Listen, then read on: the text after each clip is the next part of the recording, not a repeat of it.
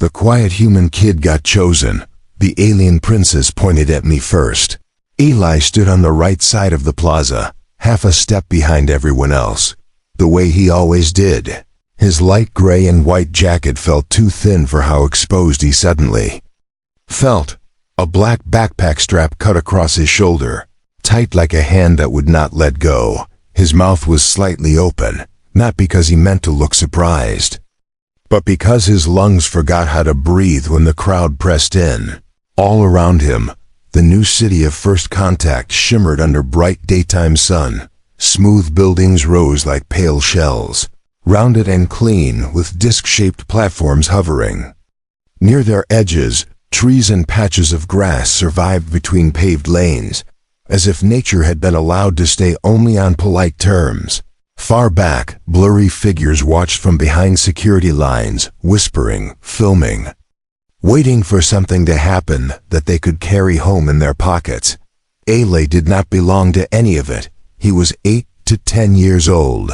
The kind of kid teachers called quiet.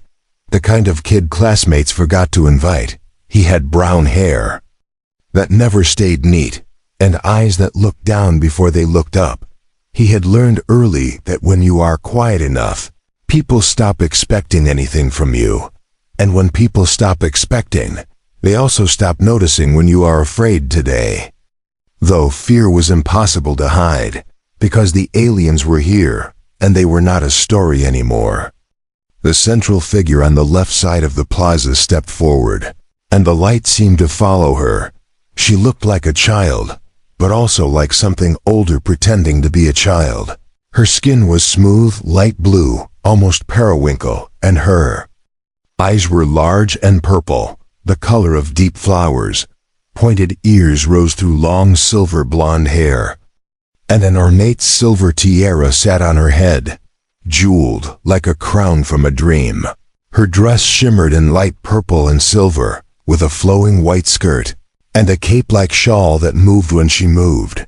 A necklace of pink and purple gems caught the sun and broke it into tiny sparks. A silver bracelet hugged her wrist, delicate and unbreakable. Behind her, 4 other alien children stood close together. Bright green, light purple, light pink, and bright green again. They wore casual jackets and sweaters and pants like kids everywhere, but they kept their hands over their mouths, as if they were holding in a secret too big for teeth. Their eyes stayed locked on Eli, as if the air had already decided his name. Before anyone said it, Eli tried to step back. He told himself it was only nerves, only the heat, only the way the crowd felt like a wall. But then the princess turned her head, not toward the tallest person, not toward the loudest kid, not toward the cameras. Toward him, the world tightened. Eli felt every heartbeat like a knock on the inside of his ribs. The princess lifted her right arm, her finger extended, and she pointed directly at the quiet boy on the right side of the plaza. For one breath, there was silence so heavy it felt like gravity doubled. Then the plaza exploded into sound. Adults gasped, children squealed, translators chattered, drones whirred, and security officers snapped their heads around like they had been struck. Eli heard his own name from a stranger's mouth. Distorted, excited, unbelievable. He saw faces turn toward him, hundreds of eyes landing at once, and it felt like standing under a waterfall made of attention. The princess smiled, bright and animated, as if she had just found what she had been searching for. Her mouth moved, and the translator network tried to catch up. The hovering screens above the plaza flickered with coalition glyphs, then with Earth language, then with both at once, and the words appeared chosen. Eli did not understand how a single word could be so loud without sound. He wanted to look behind him, to find the real person she meant. He wanted to raise his hand and say, "Not me, not me." Not his throat closed. His feet stayed planted. His eyes stayed on her pointing finger like it was a beam holding him in place. An Earth coordinator, a woman with a tight smile and a headset, rushed toward Eli. Her voice was gentle but urgent, the way adults talk when they are hiding panic. She told him to come forward, to stand in the marked circle, to look toward the cameras, to smile. Eli could not smile, not because he did not want to, but because his face forgot how he walked anyway, one step, then another. Slow enough that the crowd leaned forward as if they could pull him faster with their eyes. He felt his knees wobble, and he hated that everyone could see it. He thought about turning and running. He thought about disappearing into the space between people, the way he always did. Then he reached the circle. The princess lowered her hand, and the other alien kids behind her made a muffled sound, hands still over their mouths, eyes wide, like this had been the moment they feared and hoped for at the same time. The coordinator lifted a microphone, then hesitated, then lowered it again, because the coalition had rules about sound, about translation delay, about emotional impact, about how quickly a moment could become a riot. The princess stepped closer. She was smaller than the adults, closer to Eli's height, and yet Eli felt like he was looking up at a sky. Her purple eyes studied him, not the way people looked at him at school, not bored or impatient or annoyed. She looked at him like he mattered, like she had chosen him for a reason that made sense in a world Eli did not know existed. The translator screens flickered again. The princess spoke in a voice that was soft and clear, and the words arrived half a beat later. "You are the one who is quiet in the right way." Eli's lips parted, and a sound almost escaped. He stopped it before it became real. Quiet in the right way. What did that even mean? The coordinator tried to speak, but the princess lifted her hand again, not pointing this time, but signaling pause. The entire plaza calmed as if the air had been commanded. The translator displayed more words. "We came to choose a bridge. We did not expect a child. But the bridge chose you first." Eli felt heat rush to his cheeks. He hated being looked at. He hated being chosen. Chosen meant responsibility. Chosen meant you could fail in public. A murmur rose from the crowd, a tide of opinions. Some sounded thrilled. Some sounded suspicious. Some sounded angry. Eli caught fragments. Why him? That kid? This is staged. Is he special? Is it safe? The princess's four companions shifted behind her, still covering their mouths. One bright green child's shoulders shook as if holding back laughter or fear. The light pink child's eyes shimmered like they might cry. Eli's hands curled into fists at his sides. He wished his mom were here, but she was not allowed past the outer line, not with the cameras, not with the dignitaries, not with the alien security protocols. She had kissed his forehead in the morning and told him to be brave. He had nodded because he did not want to disappoint her. Now he wished bravery came with instructions. A new sound cut through the plaza. A high, sharp tone. It was not a siren, not exactly. It was a warning chime from the coalition systems. Security officers stiffened, the hovering disc platforms near. The building shifted position. For a moment, the smooth futuristic city looked like it might turn into a cage. The princess's smile faded. Her eyes narrowed just a little. She turned her head slightly, listening to something Eli could not hear. The translator flashed one word, huge and bold, across the screen. "Stop." Everyone froze. Even the camera seemed to pause. Eli felt the change before he understood it. The air had been warm and bright, full of celebration. Now it felt thin, like the space before a storm breaks open. A coalition guard stepped forward, tall, armored, and silent, with a face that was almost human until you looked too long. Guard's hand lifted toward the princess, protective, urgent. The princess did not move back. Instead, she looked at Eli again, and for a second her eyes softened. Then the translator displayed her next words. "If you hear it, do not answer it." Eli's stomach dropped. Hear it, answer it. It sounded like a rule you only needed when something was trying to speak to you first. Another chime, louder, closer, then a third. The crowd began to stir again, frightened this time. Adults grabbed children's shoulders. Security officers raised their arms, directing people to step back. Eli stood in the circle, the chosen circle, the spotlight circle, and he suddenly understood the worst part. If something went wrong, would not be allowed to move. He was the symbol now, the chosen one. The princess reached out, not touching him yet, but near, close enough that Eli felt the warmth of her presence. The translator displayed her words again, faster, tighter. There is a thing in the quiet between worlds. It follows attention. It follows voices. It learns what you are by what you say, and it wears you after. Eli's chest felt too small for his heart. He tried to swallow and could not.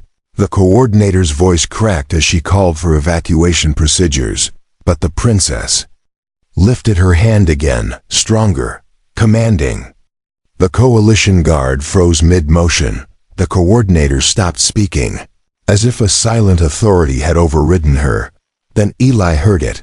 At first it sounded like nothing, like the faint hum you hear when a room is too quiet and your ears try to invent sound. But then it became a pattern, a soft pulse, a whisper that did not come through speakers, did not come from any direction, did not belong to the air. It felt like it was inside his head, like a hand running fingers through his thoughts. Eli's eyes widened, his mouth opened again. Without permission, he wanted to call out, to ask what it was, to ask for help, to ask the princess what to do. The whisper shaped itself, and suddenly it sounded like his own voice. Eli, his knees almost gave out. The whisper used his name like a key turning in a lock. The princess's eyes locked onto his, fierce now, urgent. The translator displayed only 2 words this time. Do not. Eli clenched his jaw. He thought about all the times kids had told him to speak up. All the times teachers had said, say it louder, Eli. All the times being quiet had made him feel small, weak, wrong. Now quiet was the only thing keeping him alive. The whisper returned, smooth, patient, dangerous. Eli, answer me. Eli squeezed his eyes shut. He tried to think of anything else. The smell of his mom's shampoo, the feel of his blanket. At night, the sound of rain on the window, anything not this. But the whisper was clever. It changed again. It became his mom's voice. Sweetheart, are you there? Eli's eyes snapped open, panic flooding him. His lips trembled, and a sound pushed up his throat. A desperate yes. He almost said it, almost gave the whisper what it wanted. The princess moved like lightning. Her small hand pressed gently against Eli's chest, not pushing, not holding, simply anchoring, and she spoke not loudly, not dramatically, but with a certainty that cut through fear. The translator showed her words. You are not alone in your quiet. Stay inside it. Eli stared at her. Her purple eyes did not flinch, and something in him steadied. Not courage yet, but the beginning of it. The whisper hissed in his mind, irritated now. She cannot protect you. Speak, and I will show you wonders. Eli's hands shook. He wanted to cry, but his body forgot how to make tears. He wanted to scream, but screaming was exactly what the whisper wanted. The princess glanced back at the 4 alien kids behind her. They were no longer covering their mouths. Their hands hovered near their faces. Trembling, the bright green child mouthed something, silent, like a prayer. The light purple child looked at Eli with fierce sympathy, as if they had been waiting for someone like him. The princess turned back to Eli, and the translator displayed her next words. Slower, like she wanted him to truly hear them. Our world is built on song, not music, but resonance. Every mind, every city, every ship, tuned to a living pattern.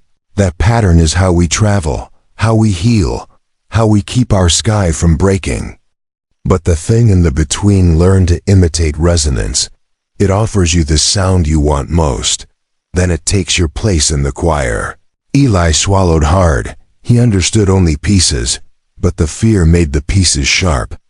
It takes your place. It wears you after. The princess's voice tightened.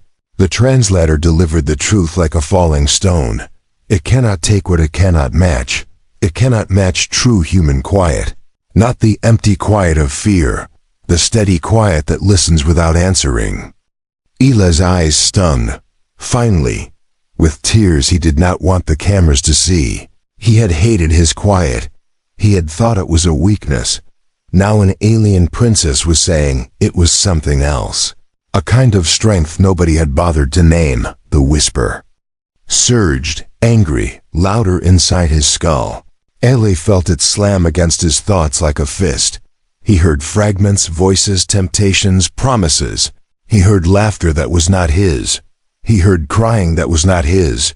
He heard applause as if the whole world loved him.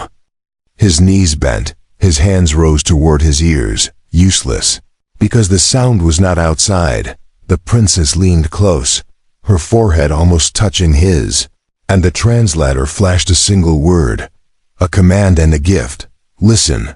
Eli forced his hands down. He stopped fighting the sound the way you stop fighting waves, by letting your body float.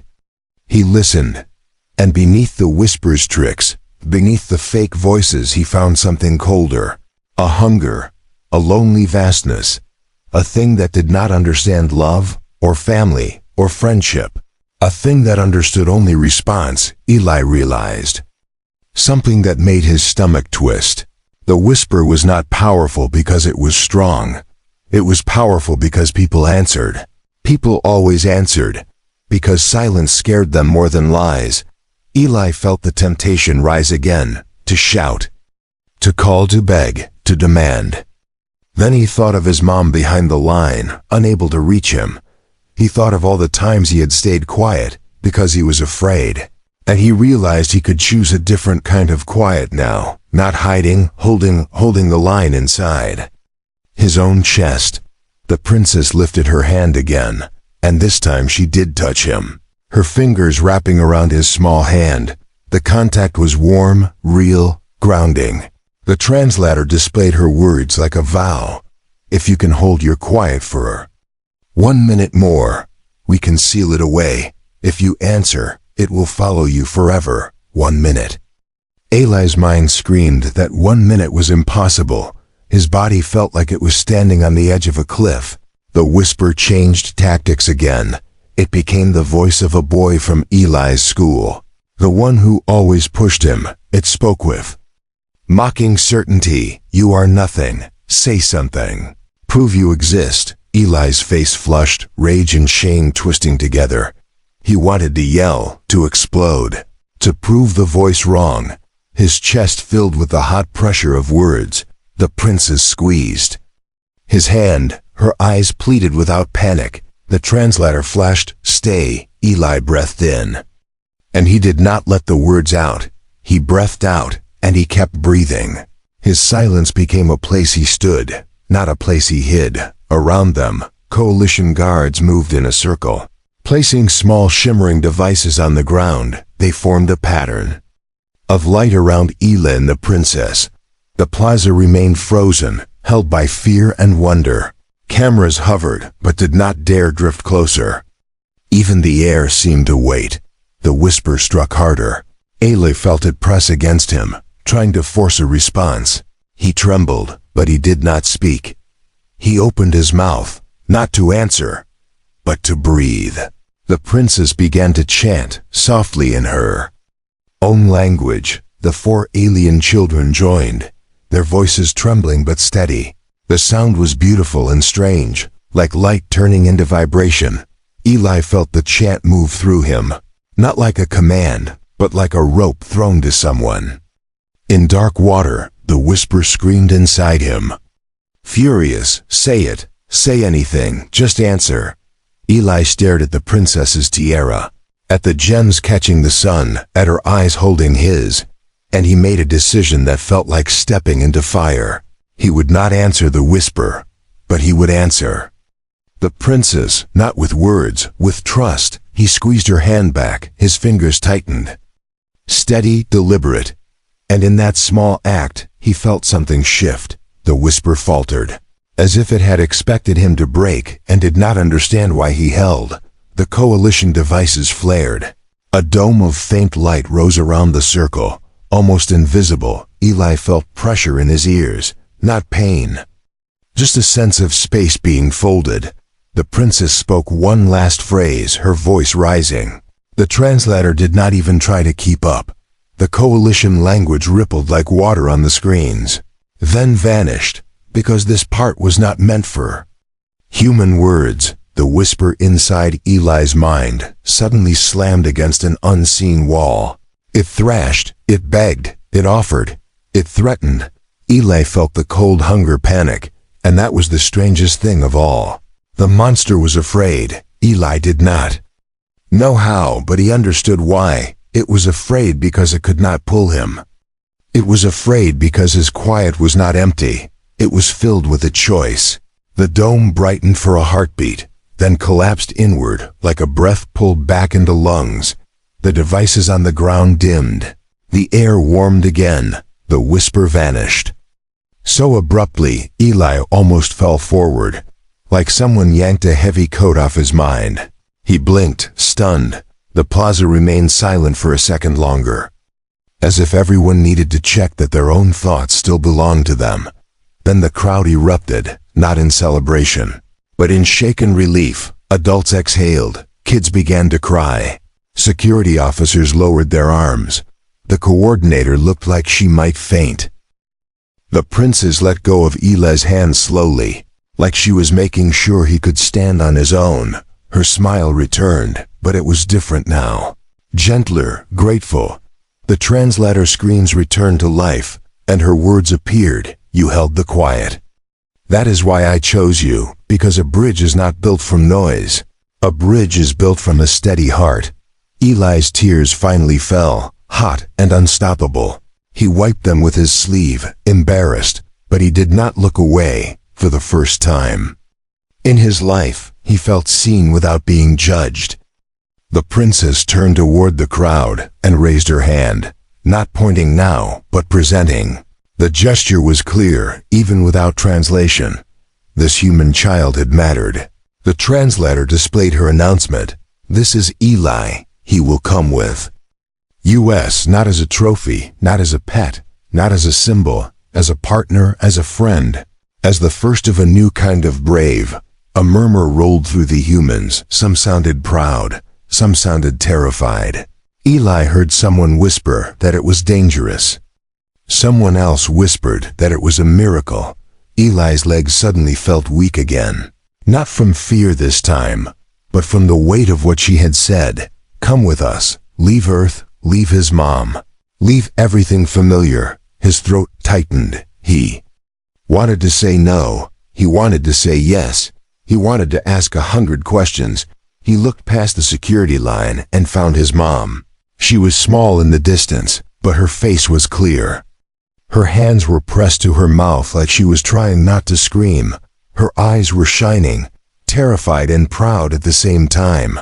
When Eli met her gaze, she nodded once, slowly, not pushing him, not pulling him, just telling him she believed he could survive whatever came next. Eli turned back to the princess. He wanted to speak, but he remembered the whisper, the danger, the way words could be a doorway.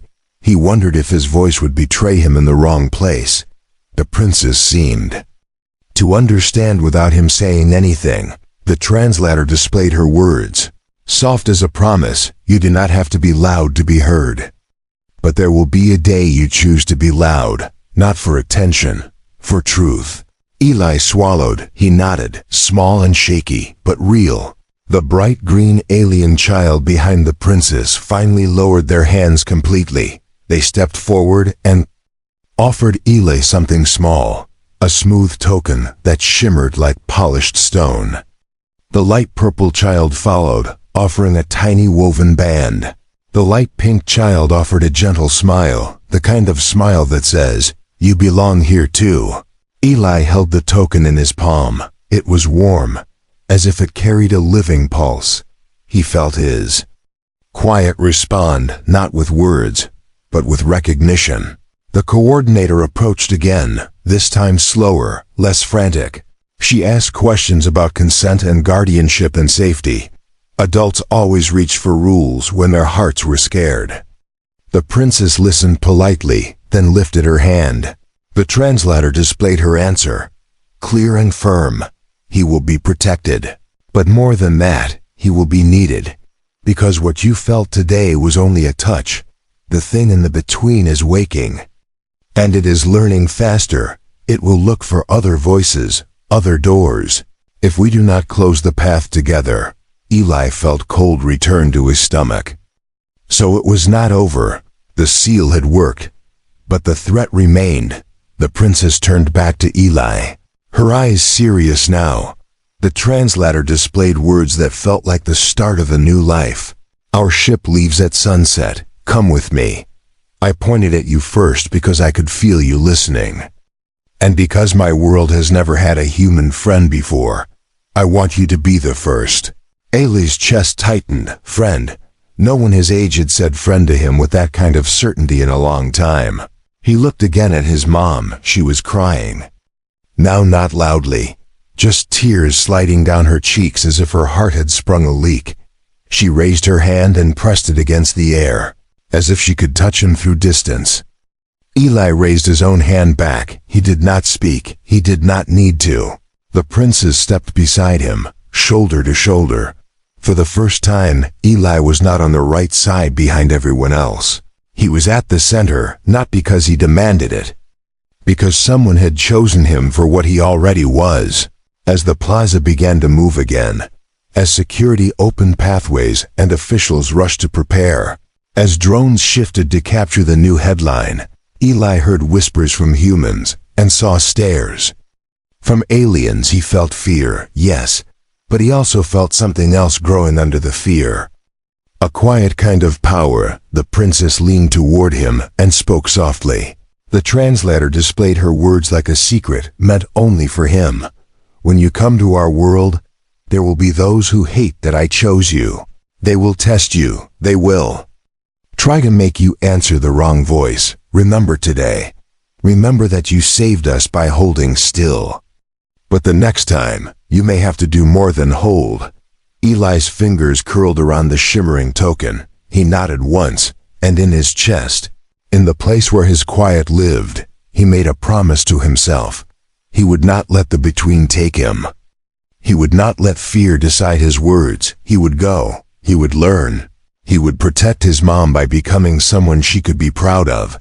Then the princess lifted her hand again, not toward him, but toward the sky, and her voice rose, just enough to carry. The translator flashed the final message that made the entire plaza fall silent again. The bridge has begun, and the next choice will decide which world survives. Eli felt the weight of every eye again. But this time, he did not shrink. He stood.